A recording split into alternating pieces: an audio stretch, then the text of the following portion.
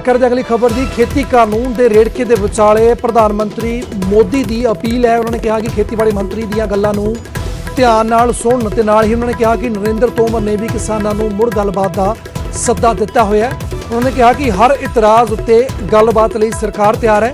खेतीबाड़ी मंत्री ने अंदोलन खत्म करने की भी लोगों नूं अपील की है।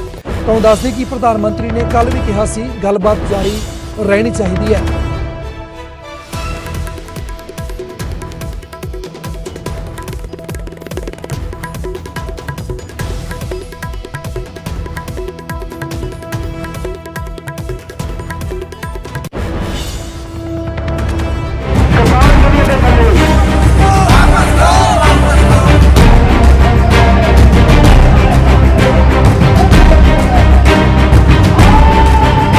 किसानों ने केंद्र का प्रपोजल रद्द कर दिता ते अपने एक्शन प्लान का ऐलान भी कर दिता।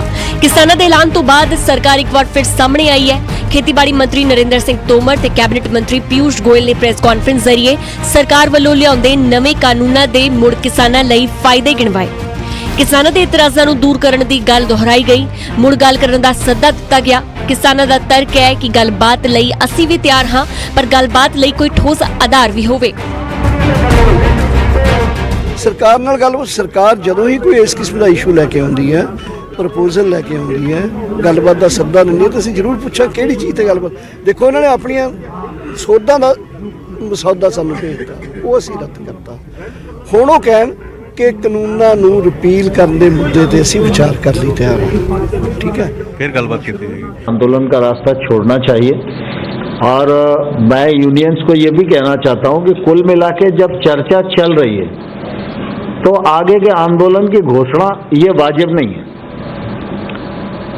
अभी हमने प्रस्ताव कल भेजा, अब कल आपको उस प्रस्ताव पर जो कहना है वो अगले दिन वार्ता में कहा जा सकता है।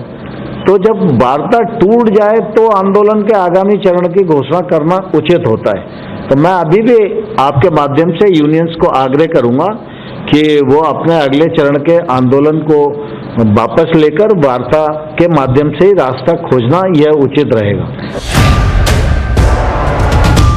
सरकार ने मीडिया जरिए फिर दोहराया कि नवे कानून नाल ना एपीएमसी मंडी नूं फर्क पैंदा है, ना एमएसपी खत्म हुंदी है ते ना ही किसान दी जमीन नूं कोई खतरा है।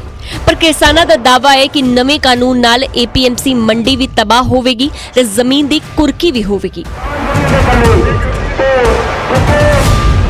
अलग से मंडी बनाने का मतलब ही ये है कि धीरे धीरे एपीएमसी खत्म हो जाए और मोनोपोली हो जाए प्राइवेट कॉर्पोरेट हाउसेस की।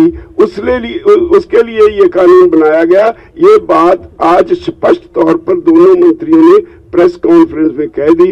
इन कानूनों के कारण एमएसपी प्रभावित नहीं होती है। देश के प्रधानमंत्री नरेंद्र मोदी जी ने भी और मैंने स्वयं ने राज्यसभा और लोकसभा दोनों के फ्लोर पर पूरे देश के किसानों को आश्वस्त किया है, एमएसपी पहले की तरह आगे भी जारी रहेगी। इसलिए किसी को कोई शंका इसमें होनी नहीं चाहिए। किसानों नूं यह भी इतराज है कि खेतीबाड़ी सूबे के आधार खेतर दे विच है, तो फिर केंद्र ने नवे कानून क्यों बनाए, जबकि मंत्रियों का तर्क है कि केंद्र कोल कानून बनाने का अधिकार है।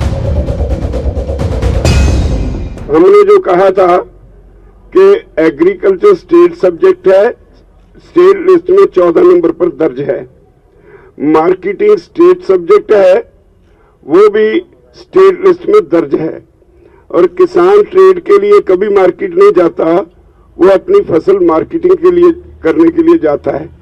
तो आज सरकार ने ये बात मान ली कि ये कानून ट्रेडर्स के लिए बनाया गया है। तो आगे वो जो अमेंडमेंट्स करने की बात कहते हैं वो तो पीछे रह गई।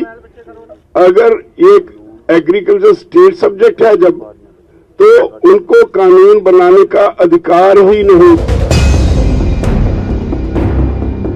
खेती कानूनों का मसला पेचीदा हुंदा जा रहा है। न किसान पिछे हटण नूं तैयार ने, न सरकार कानून वापस लैण लई तैयार है। सरकार सोध लई राजी है, पर किसान आगू कहंदे हन कि जदों पोटा ते टाडा वर्गे कानून वापस हो सकते ने तां फिर खेती कानूनां ते सरकार ने जिद क्यों फड़ी हुई है। Bureau report, news 18।